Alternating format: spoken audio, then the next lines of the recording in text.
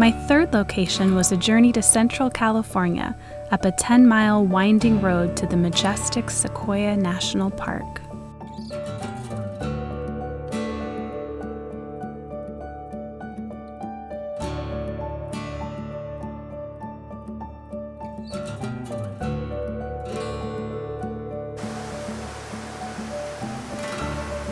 I'm here ready to experience what the trees have to offer.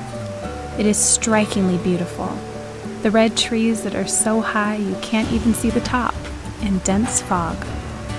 We're blessed to be given a spot at Lodgepole, a campsite where my tent currently overlooks the river.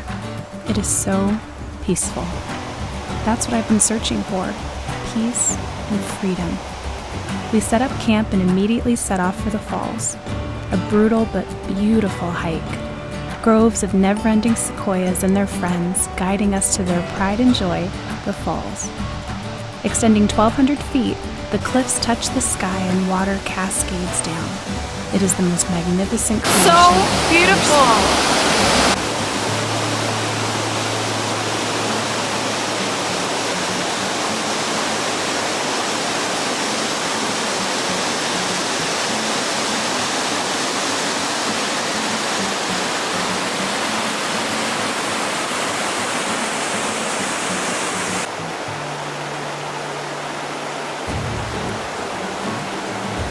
I finally realized why I feel so drawn here.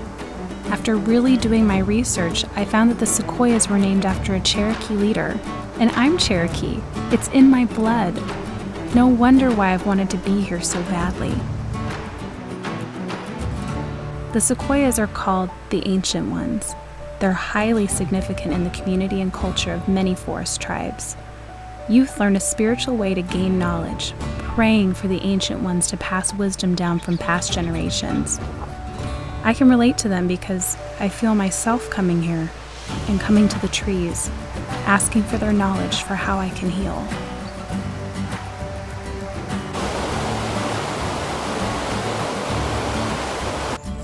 Trees trap more of the sun's energy than any other group of organisms on Earth.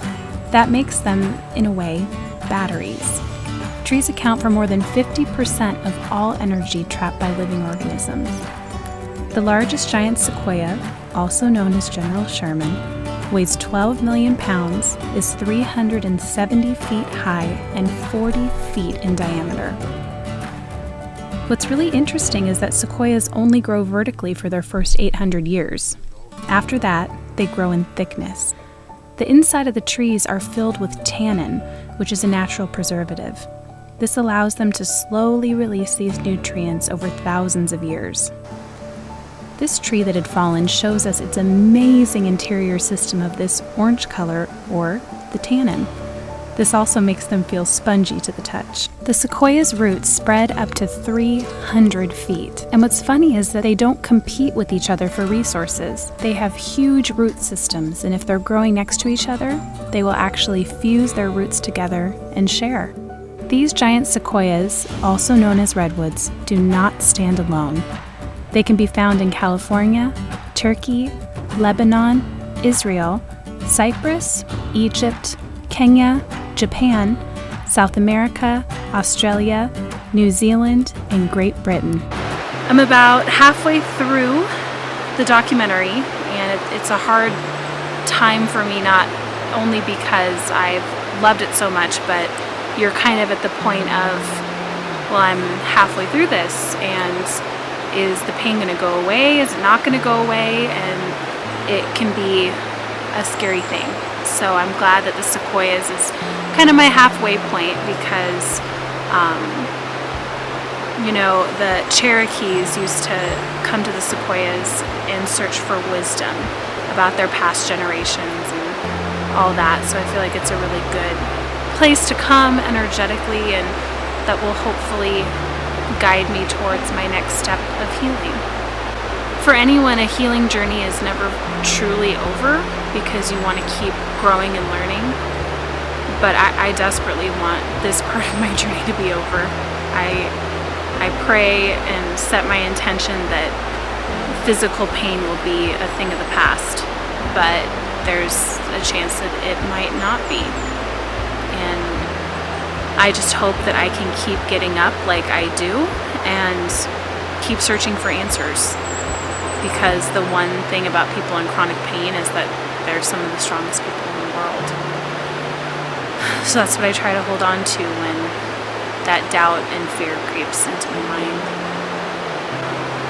Since starting the documentary, I would have to say yes, the pain has gotten a little bit better. I don't quite get the debilitating migraines, so the headache's always there chronically, but it's at a much lower decibel.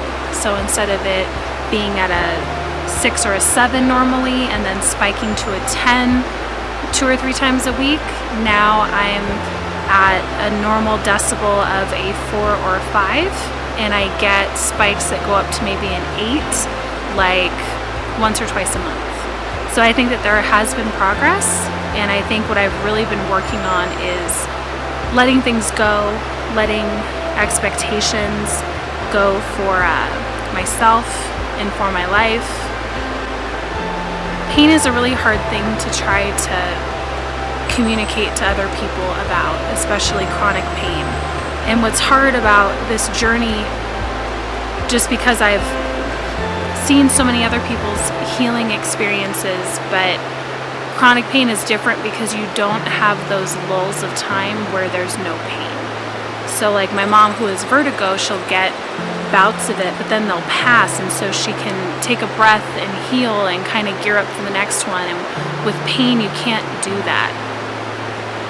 And it's just been such a hard road for me, being born sick and growing up sick and then having the pain start and just being so debilitated. I just really feel like I've been barricaded my whole life, and it's really frustrating. And it's my biggest fear that it's never going to go away. So it's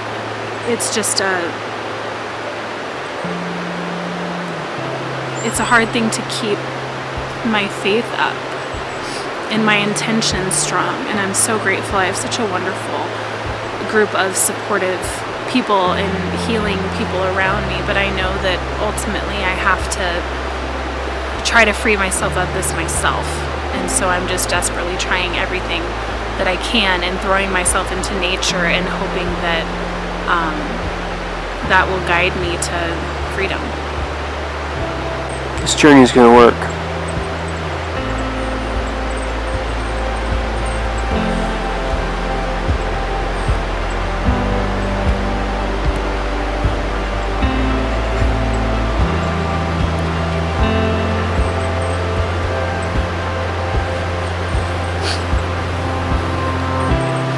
Sometimes it's really hard to believe that it will work.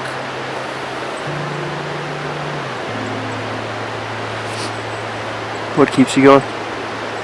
I have no idea what keeps me going. I just want to live. I've always wanted to live since I was born, and I've fought so hard. And even though I'm really tired, I still want to live, and I still want to help other people and raise a family and, show other people that they can do it. And just be a testimony, not only to what I've accomplished, but what the Lord has accomplished through me.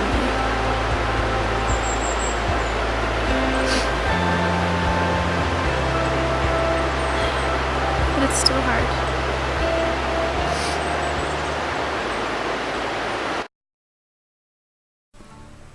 That night, Nathan and I both had dreams about brown bears. I had fallen into a ditch and the bear let me get on his back and took me up to the road. Funnily enough, the next day, as we were about to leave the park, this little guy found us, rubbing on Nathan's pant leg.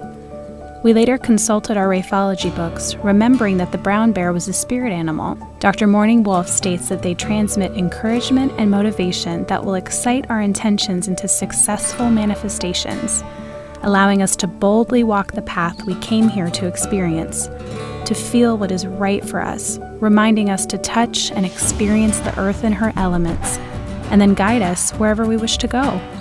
The brown bear will lead us away from misery towards a world filled with joy, happiness, and passion.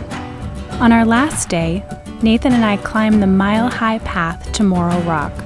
I was elated to have hiked that far without a migraine spike. After coming back down, we got onto the shuttle to take us back to our car. I tripped and ended up slamming the top of my skull onto the overhead shelf. It was an instant migraine. Pain searing all over my head, affecting my speech and movement. I knew it was a concussion. Nathan immediately applied peppermint, lavender, and lemon oil all over my head, but I still couldn't move right. We got out of the shuttle, trying to get to the car, but I couldn't walk straight and had to bend over just to put one foot in front of the other. We were in the mountains, in the middle of nowhere. I did the only thing I could think to do. I asked Nathan to take me to a tree. I put my hands on the twin trees, asking them to help me and heal me to make the pain go away. Instantly, the energy flowed through my hands, all throughout my body and into my head. It took about 15 minutes, but these amazing and powerful trees healed me. It was unbelievable. We felt all over my head and there was no bruising, no pain, nothing. All the pain was gone. I was amazed that everything I'd researched and all the history that I knew happened around these trees actually happened to me. I could be a testament that they are indeed incredible healing creations. For the first time on this journey,